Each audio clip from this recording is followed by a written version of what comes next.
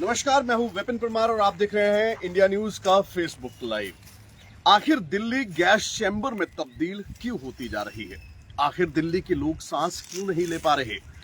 इसके लिए जो सबसे बड़ा कारण इन दिनों बताया जा रहा है वो ये बताया जाता है कि पंजाब और हरियाणा के किसानों की ओर से जलाई गई पराली दिल्ली और एनसीआर रीजन में होने वाले पॉल्यूशन का सबसे बड़ा कारण है।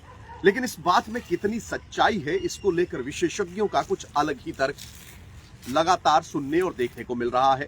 दिल्ली के गैस चैम्बर बनने की कहानी में पराली का कंट्रीब्यूशन कितना है, इसको लेकर विशेषज्ञ स्पष्ट तौर पर कई चीजें कहते हैं, जिनमें कि कई चीजों पर सोचने की गौर है या फिर विचार करने की गौर है।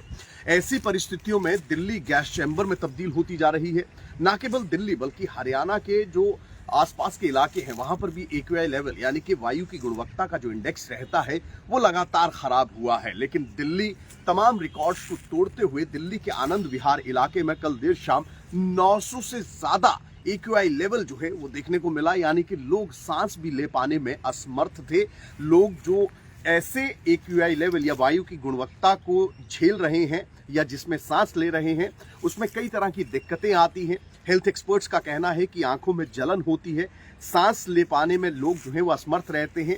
जो आपका लंग या रेस्पिरेटरी सिस्टम है उस पर भी पूरा का पूरा प्रभाव जो है वो इस वायु का पड़ता है, यानी कि इस बुरी क्वालिटी की जो हवा है उसका पड़ता है। लेकिन क्या दिल्ली को चोक करने में, दिल्ली को गैस सिलेंडर बनाने में सबसे बड़ा योगदान पराली का है?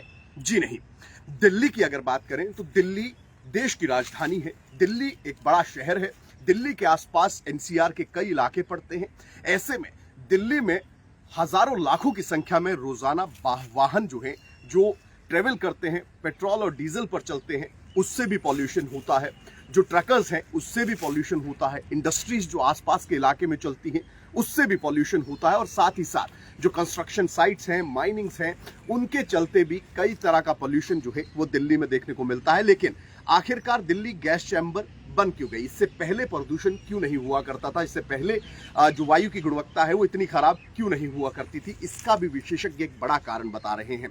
जी हाँ, दिल्ली में इस बार अक्टूबर के माह में जो अमूमन हवाओं का फ्लो रहता था वो नहीं है।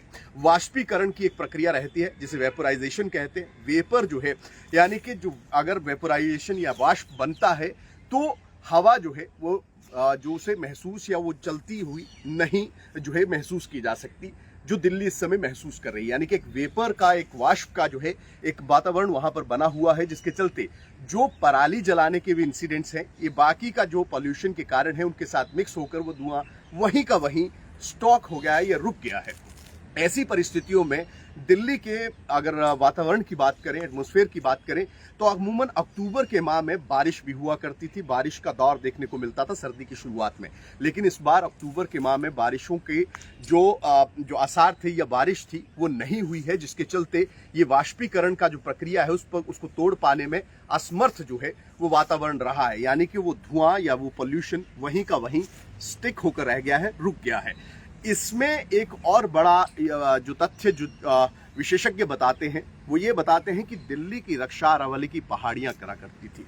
इस तरह का पॉल्यूशन जब हुआ करता था, पहले भी होता था, तो अरावली की पहाड़ियां रक्षक के तौर पर दिल्ली का काम किया करती थी। वो पॉल्यूशन को या तो दिल्ली में ज्यादा संख्या, ज्यादा मात्रा में पहुंचने से रोकती थी, वहीं ये पहाड़ियां जो है एक रक्षक के तौर पर दिल्ली को बुरी एयर क्वालिटी से बचाने का भी काम करती थी। अरावली की पहाड़ियों पर पेड़ जो थे या दिल्ली के जो अमूमन पेड़ हुआ करते थे वो भी जो है एक हवा का जो प्रक्रिया रहती है हवा चलाने की, वो भी अब जो है उस पर जो है पूरी तरह से थम गई है, ब्रेक लग गया है। ऐसे में जो कटान हुआ, पेड़ों का कटान हुआ या ये पहाड़ियां जिस तरह से विलुप्त होती गई, चाहे वो कंस्ट्रक्शन के कारण हो, चाहे वो माइनिंग के कारण हो, उसका भी एक बड़ा प्रभाव है कि दिल्ली जो एक नेचुरल प्रक्रिया में खुद को जो है पोल्यूशन से बचाया करती थी, वो नेचुरल प्रक्रिया दिल्ली अब जो है उसको जो है नहीं इस्तेमाल कर पा रही ड्यू टू अरावली की पहाड़ियों पे कटान की वजह से और जो पेड़ हुआ करते उनकी वजह से। ऐसी परिस्थितियों में एक्यूआई लेवल लगातार खराब हुआ है, जिसके चलते दिल्ली में जो वायु की गुणवत्ता है वो लगातार खराब होती जा रही है।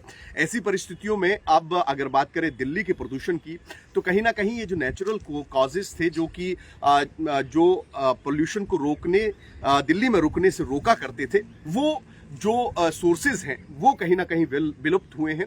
तो ऐसे में तमाम चीजों को लेकर जिस तरह से कहा जाता है कि पराली एकमात्र कारण है, क्योंकि इस बार हरियाणा में इंसिडेंट्स कम हुए हैं जबकि पंजाब में ज्यादा पराली जलाई गई है। हरियाणा के ज्यादातर इलाके जो है वो दिल्ली के साथ सटे हुए हैं। तो ऐसे में ये कारण जो है वो कहीं ना कहीं फेड आउट होता नजर आता है बाकी कारणों के चलते, क्योंकि जिस तरह से हमने आपको टेक्निकली समझाया कि वाष्पीकरण की जो प्रक्रिया है उसी के चलते जो हवा जिस धुएं को बाहर धकेला करती थी वो वाष्पीकरण के चलते जो है वो दिल्ली पर एक गैस चैम्बर का लगातार निर्माण कर रहा है और इसी के कारण दिल्ली जो है वो लगातार चोक होती नजर आ रही है।